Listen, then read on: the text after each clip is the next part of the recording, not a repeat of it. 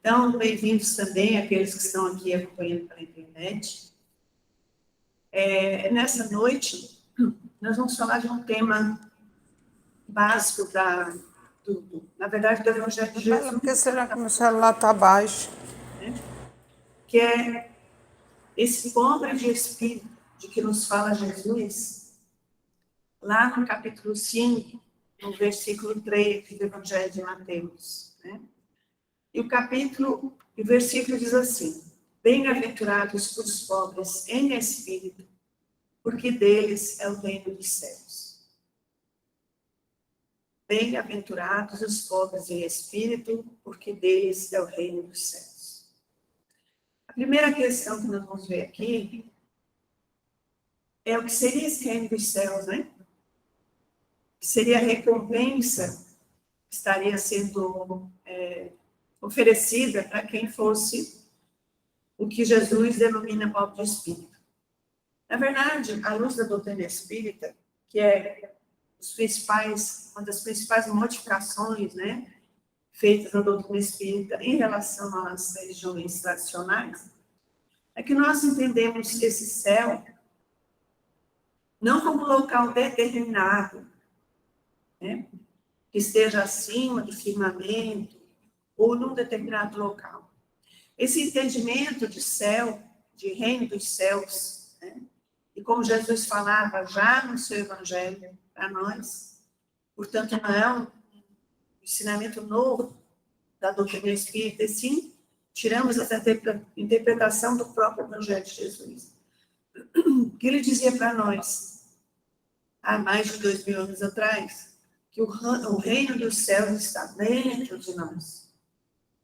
Né? Que a constituição desse reino é interna, é de cada um de nós. Né? Que essa responsabilidade de construir o que seria esse reino dos céus seria nossa, seria individual e coletiva na medida em que todos nós, nos influenciando mutuamente, iremos construir esse reino dos céus no próprio planeta em que habitamos, à medida em que as criaturas, compreendendo essa noção e desejando e trabalhando essa realidade em si, vamos nos transformando e assim transformando também o nosso planeta. Então, esse reino dos céus, o que seria? Seria tudo o que nós almejamos de melhor. Seria a paz, né? Não é um descanso, não é a falta de incomodação, não é a falta de problema, mas a paz verdadeira que nasce da consciência tranquila. Seria a conquista em nós das virtudes que permitem que nós possamos estar de acordo com a vontade divina, estar de acordo com as leis divinas, e por este motivo, então, termos alcançado aquilo que nós chamamos de felicidade. Não aquilo que nós entendemos por felicidade, porque a nossa noção de felicidade muitas vezes está muito distante da realidade do que ela realmente é. Porque a felicidade verdadeira não é a felicidade das conquistas materiais, é a felicidade das conquistas espirituais, das conquistas da nossa alma. Né? Portanto, acompanha o desenvolver das nossas virtudes colocadas em nós pelo nosso Pai, que é Deus. Então, essa bem-aventurança que Jesus nos promete a todos nós, não promete apenas aos judeus, não promete apenas aos apóstolos, não promete a quem quer que seja em especial. Mas Jesus promete essa bem-aventurança a todos os que forem pobres em espírito. Então, se nós queremos ser felizes, ou seja, se nós queremos estar nesse estado de reino dos céus, né? Porque, na verdade, esse reino dos céus é um estado de espírito, um estado mental, um estado de sentimento, de pensamento.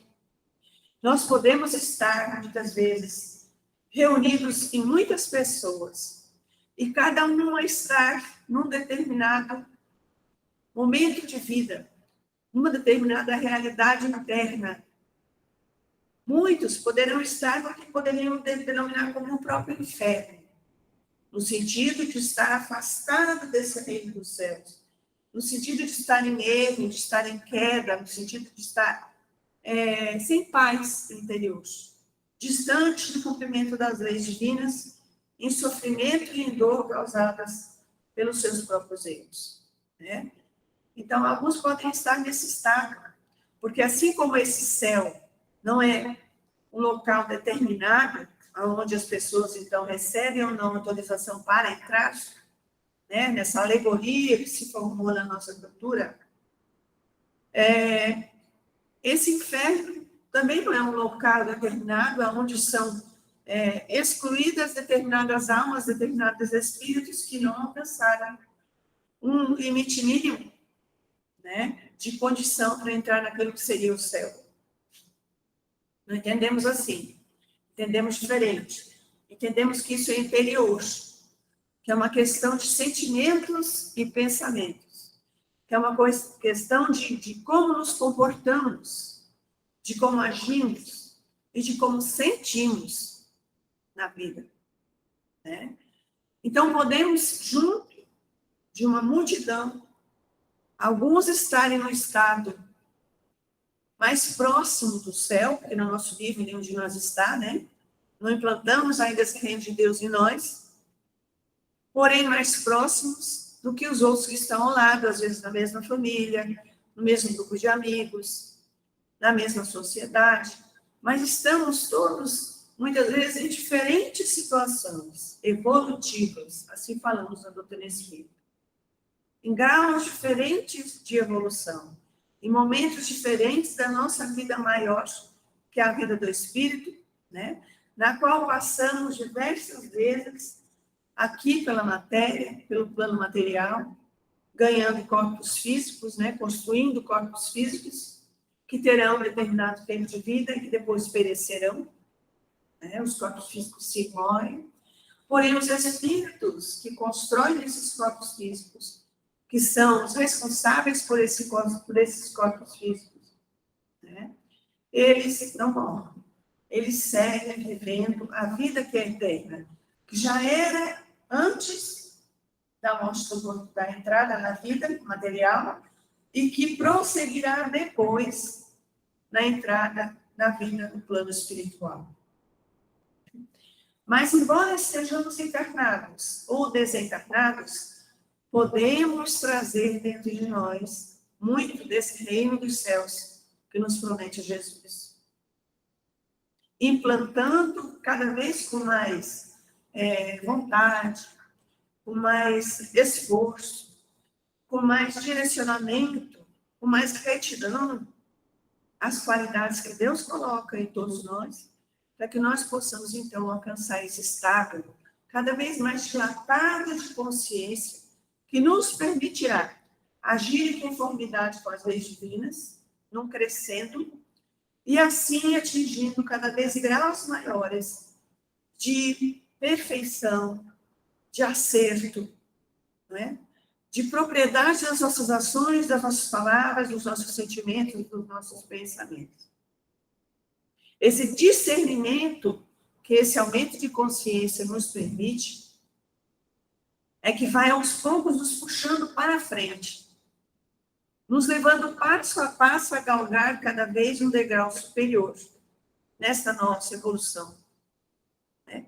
Que já atingimos muitos degraus, mas no patamar onde nós estamos, espíritos ainda imperfeitos, onde o mal prevalece ainda dentro de nós, muitos de nós, até por uma questão de não conhecermos também o grau de perfeição em que nós podemos chegar, né?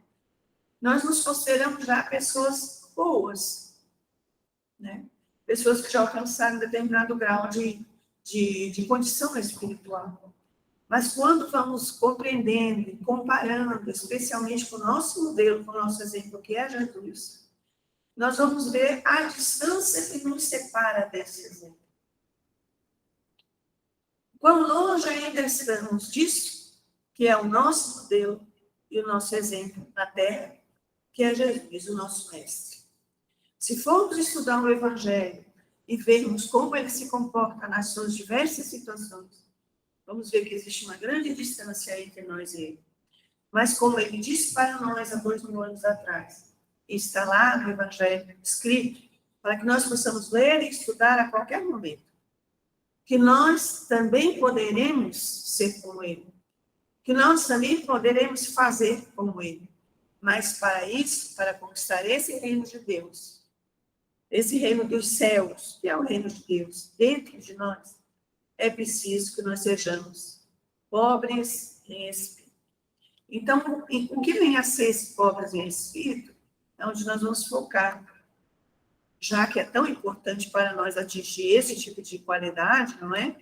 Então, nós vamos aqui focar, na noite de hoje, neste assunto específico. No Evangelho segundo o Espiritismo, no item que trata sobre esse assunto, no capítulo 7, o Espírito Lacordaire fala para nós o seguinte, é uma definição para nós do que Jesus queria dizer com pobres de espírito. Pobres de espírito, por pobre de espírito, Jesus não entende os báldados de inteligência, ou seja, aqueles que são os ignorantes. Baldo quer dizer que você não tem ainda, você é pobre de inteligência, você não é dotado com grande inteligência, né? Então, querendo dizer aqui, Lacordaire, para nós, que não são os ignorantes. Não são. Jesus não está se referindo às pessoas que não conhecem. Né? Mas os humildes, tanto que diz que o reino dos céus é para ele e não para os orgulhosos. Deixando claro aqui, colocando esse contraponto da qualidade oposta, né, que seria o orgulho em relação à humildade, e deixa claro que é a humildade que Jesus está se referindo quando fala em pobre de espírito. Né? A humildade. Então, o reino dos céus é para eles, para os que conseguem ser humildes. Alguns traduzem por simples. Né? Simplicidade também pode ser mais ou menos humildade, né? Agora, lembrando que esse humilde não significa de forma nenhuma pobre. Pobre e humilde não são a mesma coisa. Né? Pobreza é uma coisa, humildade é outra completamente diferente. Normalmente, até para não ofender as pessoas, até a intenção é boa, né? Nós costumamos dizer, fulano é humilde, significando que essa pessoa não tem recursos materiais, né? É pobre. Como se pobreza fosse ofensa. Pobreza é um estado, uma condição material, que a pessoa agora ocupa. Né? E se nós entendermos isso à luz da doutrina espírita, saberemos que essa condição é passageira e transitória e que todos nós fomos e seremos pobres novamente. Ou estamos agora. Né? São situações necessárias para a nossa evolução. Mecanismos evolutivos para o espírito, as diversas situações que alguém possa ocupar numa sociedade. Assim como outras tantas questões. Então, os humildes, e não os orgulhosos, né? Que deixa bem claro para nós o espírito Lacordaire. E aí a questão é esse orgulho, né? A questão é esse orgulho. Diz para nós ainda o Lacordaire, sem a humildade, se eu não consigo ser humilde, apenas vos adornais, ou seja, vos enfeitais de virtudes que não possuís, como se trouxesses um vestuário para ocultar as deformidades do nosso corpo. Ele quer dizer com isso? Enfeito meu ser moral, assim, né? Com algumas aparentes virtudes, que não têm verdade em si. Como se alguém colocasse uma fantasia, querendo demonstrar uma realidade que não é verdadeira para ela. Né? Então, você se fantasia de virtudes que você, na verdade, não possui. Porque não estão arraigadas aonde? No seu coração. E muitas vezes isso contribui para a nossa ilusão. A nossa ilusão de virtude. E aqui Emmanuel especifica isso melhor para nós, quando ele fala assim, lá no Pensamento em Vida, converte a própria alma em cidadela de ilusão. Quando eu não tenho a humildade, quando eu não reconheço, porque na verdade a humildade é uma virtude que Deus colocou dentro de nós para ser desenvolvida, como todas as outras virtudes. A bondade, não é? A caridade, todas as virtudes que eu puder imaginar, Deus colocou dentro de mim, para que sejam desenvolvidas. Nisso está a nossa igualdade perante todos os nossos irmãos espíritos. Nós temos o mesmo potencial. Deus não dá potencial diferente para ninguém. A potência é a mesma de desenvolvimento. As sementes são iguais. Todos nós estamos aqui para sermos seres humanos, né? Para desenvolver as nossas virtudes humanas no mais alto que for possível para nós neste momento. E para isso temos todas as condições. Não nos falta nada. Porque Deus está conosco, Deus sabe das nossas necessidades e provê tudo de que nós necessitamos. Temos aquela passagem bonita dos lírios do campo, né?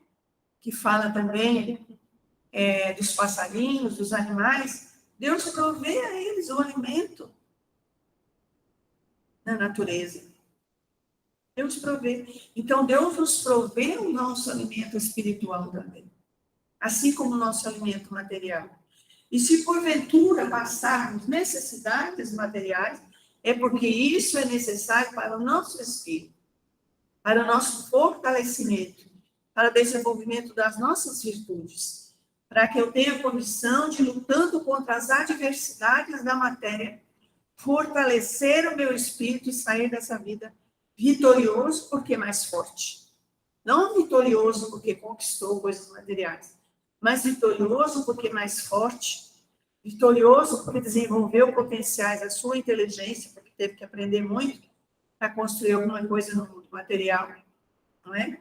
Porque teve que aprender a se relacionar com pessoas diferentes, porque ninguém consegue nada sem os outros. E quanto mais alto você chega, em termos de riqueza material, mais você depende das pessoas. Mais pessoas dependem de você financeiramente e mais você depende das pessoas. Então, precisa aprender muitas coisas. Então, para que aprenda e para que possa desenvolver o potencial do sentimento, todas as condições nos são dadas.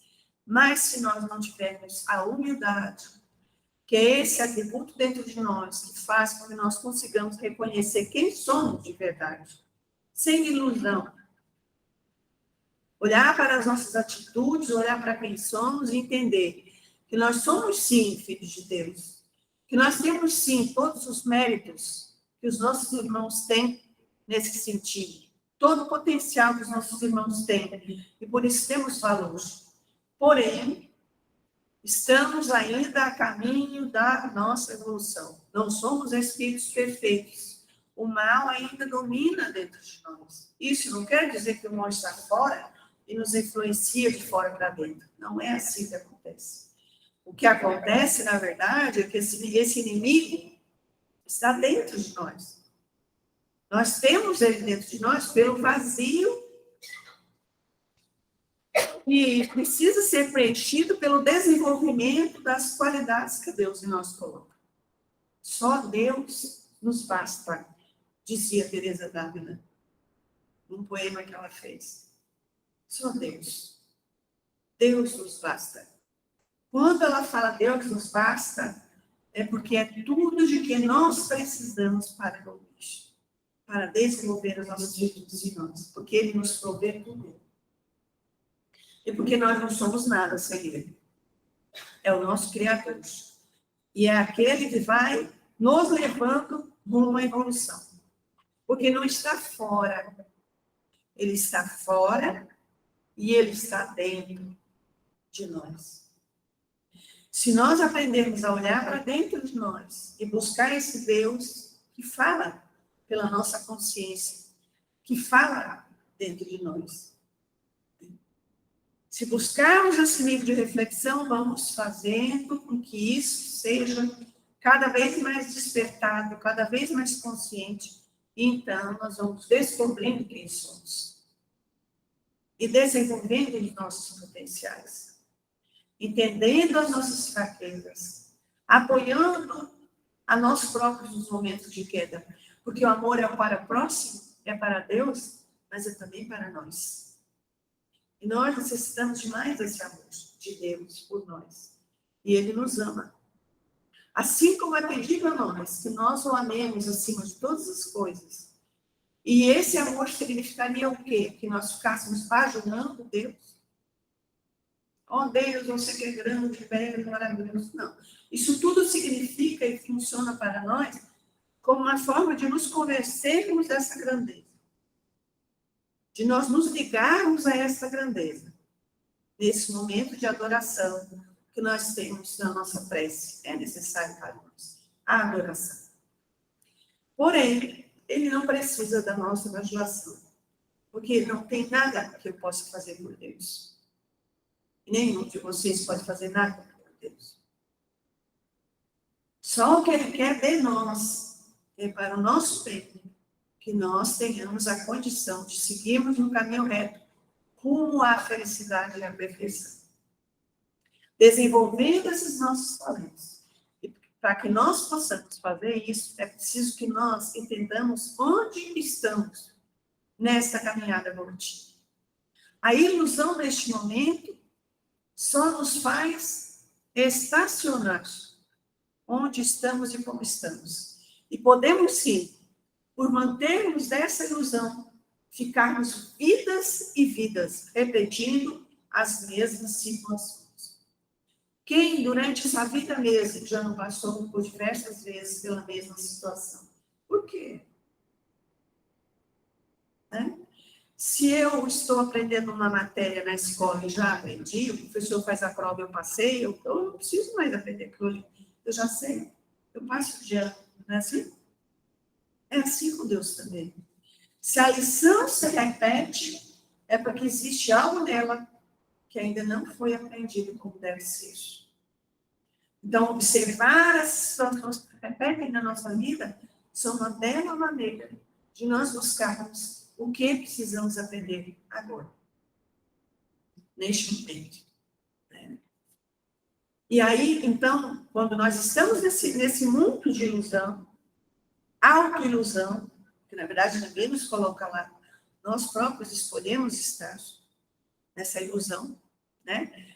Nós nos recusamos a entrar em contato com as realidades fundamentais da vida. Não sei quem disse, é Emmanuel, pensar. Então, muitos de nós, realidades fundamentais da vida, quais são? Deus. Quem sou eu? Espírito. Não corpo físico. Isso faz uma diferença. Porque olha as prioridades da pessoa com profundidade. Né? Sobrevivo após a morte, ou seja, sou espiritualista, né? Acredito que eu tenho sim uma alma e que ela vai sobreviver. Acredito em que, de acordo com o meu proceder na vida, eu serei mais ou menos feliz lá no que eu chamo de plano espiritual, né? Portanto, eu preciso construir esse meu futuro melhor na realidade espiritual, para que eu não seja, então, dominada somente pelo arrependimento, pelo sentimento de culpa dos grandes erros que cometi. Então, eu preciso preparar esse meu desencarne para que ele seja feliz, para que ele seja tranquilo, para que eu tenha uma relativa paz, né? E consiga, quando chegar lá, o mais rapidamente possível, me organizar sentimentalmente, mentalmente, para seguir progredindo por lá, porque nós também progredimos por lá. Nós também trabalhamos. Quem pensa em descanso eterno está um pouco equivocado. Isso nós vemos nos livros espíritas, nós vamos ver que quanto melhor o espírito é, mais trabalha no plano espiritual. E trabalha porque quer, não precisa nem ninguém mandar, né? Então, essas realidades fundamentais da vida vão nos ajudar, esse conhecimento da verdade, né? Um dos nomes, né, de Deus é verdade. É amor, é verdade, não é? Então, Deus é a verdade. E Jesus é a tradução dessa verdade de Deus para nós, aqui no nosso planeta. Então, entrar em contato com o Evangelho de Jesus, especialmente se for a luz do Consolador prometido por Ele mesmo, né? Nós podemos ler isso lá no Evangelho, que Ele promete que envia um Consolador que ficará permanentemente com nós, que é a doutrina espírita. Nós, tendo esse conhecimento, teremos muita condição de poder fazer as mudanças em nós, porque teremos subsídios para sairmos, pouco a pouco, dessa ilusão que tanto nos paralisa, né? Muitos de nós estamos na seguinte condição: uma vez que conhecemos um pouco, a gente chega num momento que é assim. Você já sabe o que é certo, mas quando chega o momento correto, você age diferente. Por quê? Porque o conhecimento não chegou ainda na emoção. E é quando ele chega na emoção que ele vai impulsionar as nossas intenções de forma positiva. E as nossas intenções é que valem, e não o resultado das nossas ações.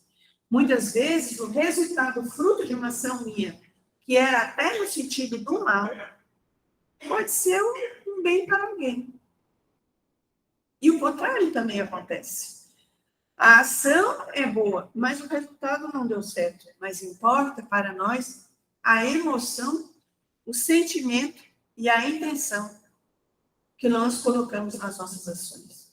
Exemplo para nós, o âmbolo da viúva, que é aquela moedinha que a viúva coloca no gasofilácio, né, que é o local da oferenda lá no templo, na época de Jesus, e é uma moedinha das menores. É a menor moedinha, mas não que ela tinha. E era só o que ela tinha. E aquilo mais que isso, e ali faltar. Então, aquilo para ela era um sacrifício. Sacrifício significa sacro ofício. É uma ação santa. Uma ação que enobrece. Nós talvez não tenhamos ainda tanta condição de fazer um sacrifício. Mas alguns pequenos, talvez, nós já tenhamos condições, né? Então, nessa hora, o que essa moedinha resultou em bem para alguém lá na frente? Quase nada. Mas Jesus disse que a maior oferenda daquele dia foi a dela. O que importa é a intenção do que ela fez. Importa que ela deu do que não tinha. E os outros davam do que excedia dos seus bolsos.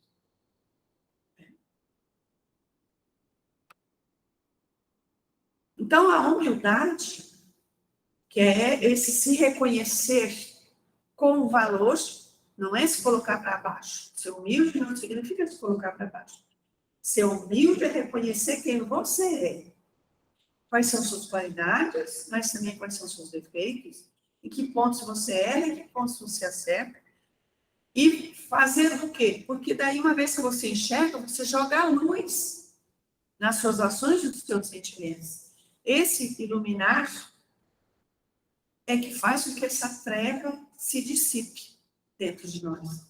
E a partir dali, a gente então vai ter condições de agir diferente nas próximas vezes. Agora, se cada erro que eu cometo, eu justifico e digo, não, mas qualquer pessoa no meu lugar poderia ter cometido isso, porque olha a minha situação, porque olha que difícil foi minha vida, porque olha como foi isso, olha como foi aquilo, e a pessoa se justifica, o que acontece? Você acomodou o seu sentimento e o seu pensamento numa fantasia. É preciso que a gente tenha coragem de olhar esse espelho da nossa alma e dizer, realmente, nesse momento ali você não foi bem, né? Você deu uma derrapada boa. Agora, não é por isso que a pessoa então tem que se culpar e dizer, a culpa eu já sabia, então por que eu fiz? Não resolve. A culpa não resolve o problema de ninguém. O que resolve é a responsabilidade.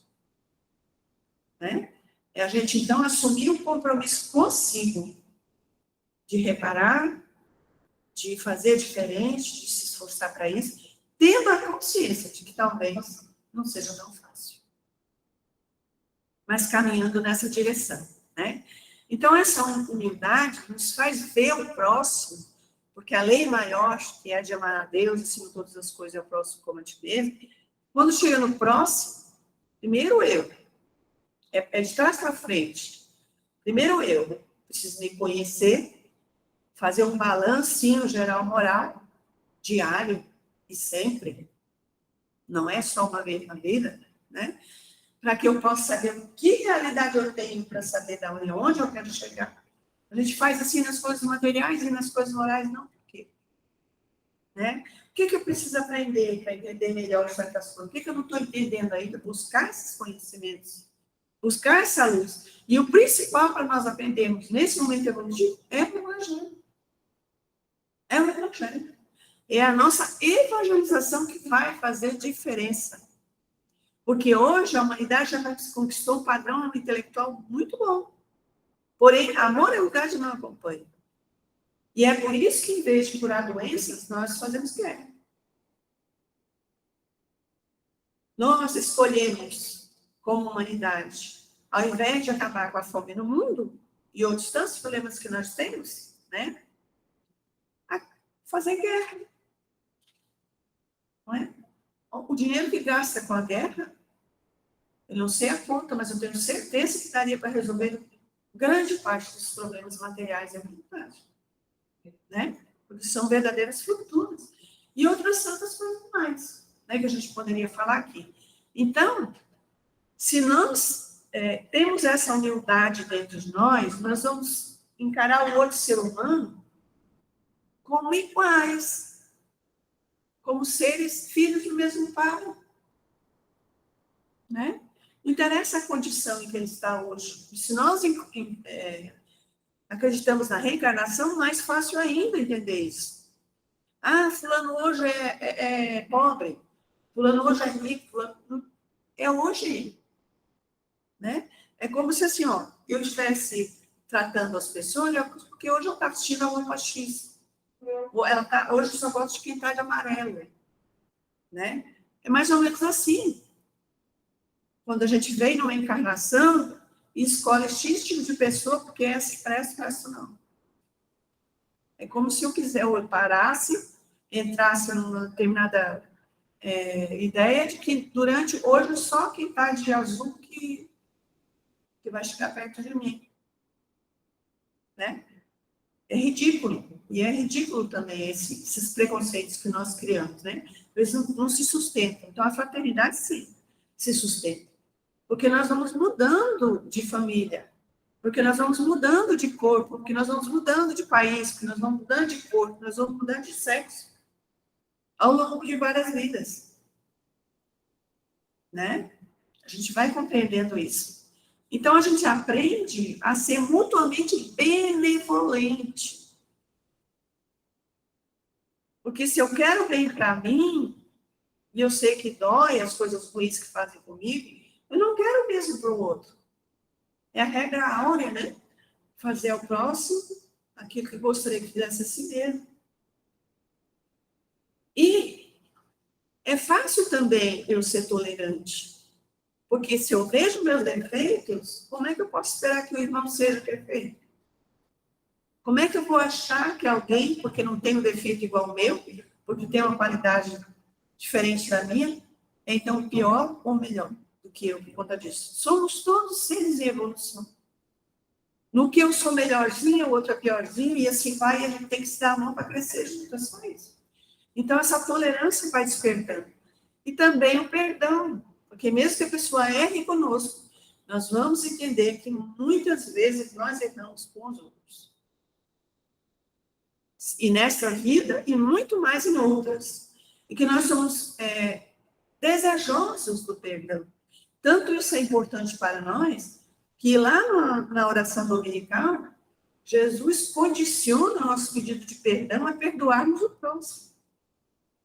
Perdoa assim como, da mesma maneira que eu possa perdoar o outro, né? Não é assim? E aí que a gente entra na máxima, na frase, que é assim, o lema da doutrina espírita, né? Que Kardec traz para nós. Fora da caridade não há salvação. E para que eu possa desenvolver essa caridade com os outros e comigo, e eu possa depois, então, amar realmente a Deus, que é seguir as suas leis, né? Que é ser submisso à sua vontade, não querer que as coisas sejam como eu quero, mas que as coisas sejam da forma correta. Nas minhas ações, buscar a correção. Não o caminho mais fácil, mas o caminho correto. Né? Que na atitude você tem 2, 3 opções, qual é a mais correta? Essa é a sua. É difícil. E é difícil, por isso Jesus chama a porta estreita, porque é difícil de passar. Mas é essa que nós somos convidados a entrar, né? Não é de uma vez, é cada dia, é cada momento, em cada decisão que nós tomamos. E sendo mutuamente benevolentes, então nós vamos ter essa caridade, que é o quê? Caridade é benevolência para com todos, tolerância com as imperfeições alheias e perdão das ofensas. Isso é caridade. Para que tenha condição de desenvolver e aflorar isso em mim, é necessário que eu saia da ilusão, né? Que no fundo é ignorância das coisas, da verdade, né? E ignorância a respeito de quem sou. Para isso, o autoconhecimento é que vai servir. E é necessário que eu crie em mim, através desse autoconhecimento, condições para que eu seja humilde. E quando a gente enxerga quem a gente é com os efeitos que a gente tem, não tem como a gente se considerar especial, como quando a gente não se conhece, consegue, né? Por uma questão de defesa. A gente não precisa se defender de Deus. Precisa? Não precisa. E mesmo nem tem como, que Ele conhece o profundo da nossa alma. Então, que cada um de nós possa se deixar conduzir nesse processo de evolução pelo nosso Pai maior, sendo dóceis à vontade divina e leais às suas